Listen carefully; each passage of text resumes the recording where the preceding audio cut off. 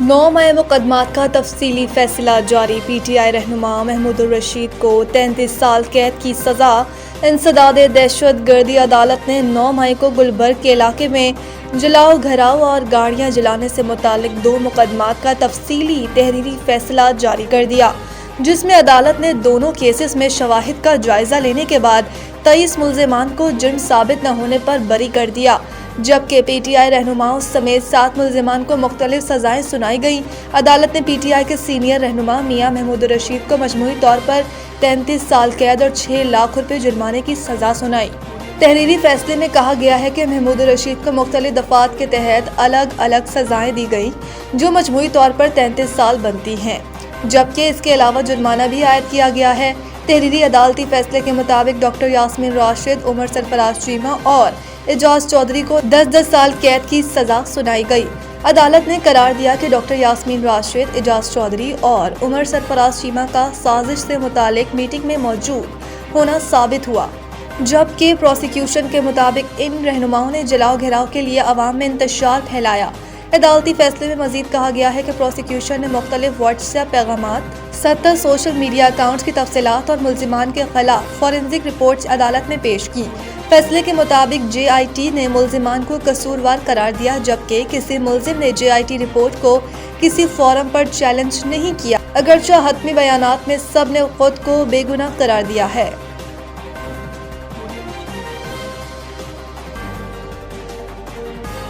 Lahore high court का property ownership के तहत दिलाया गया कब्जा फौरी वापस करने का हुक्म। लाहौर हाई कोर्ट में प्रॉपर्टी ऑनरशिप एक्ट के तहत की गई कार्रवाइयों के खिलाफ दरख्वास्तों पर समाअत के दौरान चीफ जस्टिस आलिया नीलम ने सख्त रिमार्क्स देते हुए DRC कमेटी के जरिए हासिल किया गया कब्जा फौरी तौर पर वापस करने का हुक्म दे दिया। चीफ जस्टिस आलिया नीलम ने महमूद अली की दरख्वास्त पर समाअत की, जिस दौरान प्रॉपर्टी ऑनरशिप एक्ट के तहत कब्जा हासिल करने वाला शहरी भी अदालत में पेश हुआ। समाअत के दौरान चीफ जस्टिस ने कब्जा हासिल करने वाले शहरी के वकील से इस्तफसार किया कि आप गलत फैसले का दिफा कैसे कर सकते हैं। वकील ने मौक़िफ़ इख्तियार किया कि डिसीज के मातहत कायम कमेटियों ने अपने इख्तियारात से तजावुज़ किया, जिस पर चीफ जस्टिस ने रिमार्क्स दिए कि पहले कब्जा वापस करें, फिर मजीद बात होगी। चीफ जस्टिस ने यह भी कहा कि क्यों न कमेटी मेंबरान के खिलाफ कार्रवाई शुरू की जाए। चीफ जस्टिस आलिया नीलम ने कहा कि वकील खुद तस्लीम कर रहा है कि DCs ने इख्तियारात से तजावुज़ किया। अगर पटवारी वक्त पर काम करता तो ये मामला पैदा ही न होता।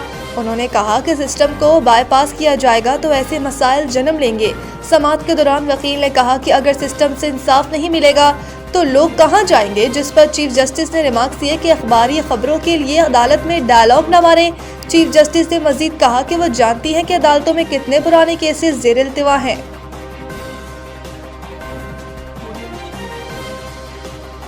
फील्ड मार्शल से उर्दन के मुसल्लह फ़ौज के सरबराह की मुलाकात। दफ़ाई ताल्लुकात मज़ीद मजबूत बनाने के अज़्म का आदा। फील्ड मार्शल सैयद आसिम मुनीर से उर्दन की मुसल्लह फ़ौज के chairman joint chief of staff major general Yusuf Ahmed ने GHQ रावलपिंडी में मुलाकात की। मुसल्लह फ़ौज के शोबा ताल्लुकात आमा ISPR के मुताबिक मुलाकात में बाहमी दिलचस्पी के अमूर और इलाकाई सलामती की सूरत हाल पर तबादला ख्याल किया गया। मेजर जनरल यूसुफ अहमद ने पाक मुसल्लह फ़ौज की पेशावराना सलाहियतों को सराहा और ख़त्ते में अमन व इस्तेकाम के लिए पाक फ़ौज के खदमात की तारीफ़ की। ISPR के मुताबिक फील्ड मार्शल आसिम मुनीर और उर्दन की मुसल्लह फ़ौज के chairman joint chief of staff major general Yusuf Ahmed ने दिफाई ताल्लुकात को मज़ीद मजबूत बनाने के अज़्म का अदा किया। ISPR के मुताबिक फील्ड मार्शल ने बदलते हुए सिक्योरिटी चैलेंजेस से निपटने के लिए मुश्तरका काविशों की अहमियत पर जोर दिया। ट्रंप की नई खारजा पॉलिसी में पाकिस्तान विनर, भारत वाज़े तौर पर लूजर करार। अमरीकी जरीदे फॉरेन पॉलिसी ने ट्रंप की नई खारजा पॉलिसी में पाकिस्तान को विनर जबकि भारत को वाज़े तौर पर लूजर करार दे दिया। ट्रंप के दूसरे दौर में पाकिस्तान ने वाशिंगटन में स्ट्रेटेजिक कमबैक किया। फॉरेन पॉलिसी की रिपोर्ट के मुताबिक वाशिंगटन में पाकिस्तान की वापसी को खामोश मगर फैसलाकुन कामयाबी करार दिया गया। पाकिस्तान ने वो हासिल किया जो कई इत्तेहादी भी न हासिल कर सके। एतमाद और रसाई अमेरिका के नज़दीक पाकिस्तान एक बार फिर काबिल कदर और कारामद शराकतदार बन गया। पाकिस्तान की स्मार्ट हिकमत अमली ने वाशिंगटन में ताकत का तवाज़ुन इस्लामाबाद के हक में बदल दिया। ट्रंप दौर में पाकिस्तान ने न सिर्फ जगह बनाई बल्कि असर भी कायम किया। رپورٹ میں کہا گیا کہ پاکستان کی پیش رفت نے خطے میں سفارتی نقشہ دوبارہ سے کھینچ دیا۔ واشنگٹن میں پاکستان کو دوبارہ سنجیدگی سے لیا جانے لگا۔ دوسرے دور کے آغاز میں دہشت گرد حملے کے ماسٹر مائنڈ کی گرفتاری میں پاکستان کے کردار نے ٹرمپ کو فوری اور حوصلہ افزا کامیابی دی۔ فارن پالیسی کی رپورٹ میں بتایا گیا کہ پاکستان نے ٹرمپ کے ٹرانزیکشنل فریم میں نتیجہ خیز سفارتکاری کی۔ کرپٹو کرنسی جیسے معاملات بھی پاک امریکہ بات چیت اور ڈیلز کا حصہ بنے۔ اہم معدنیات پر تعاون اور سودوں پر بھی گفتگو کا ذکر آیا۔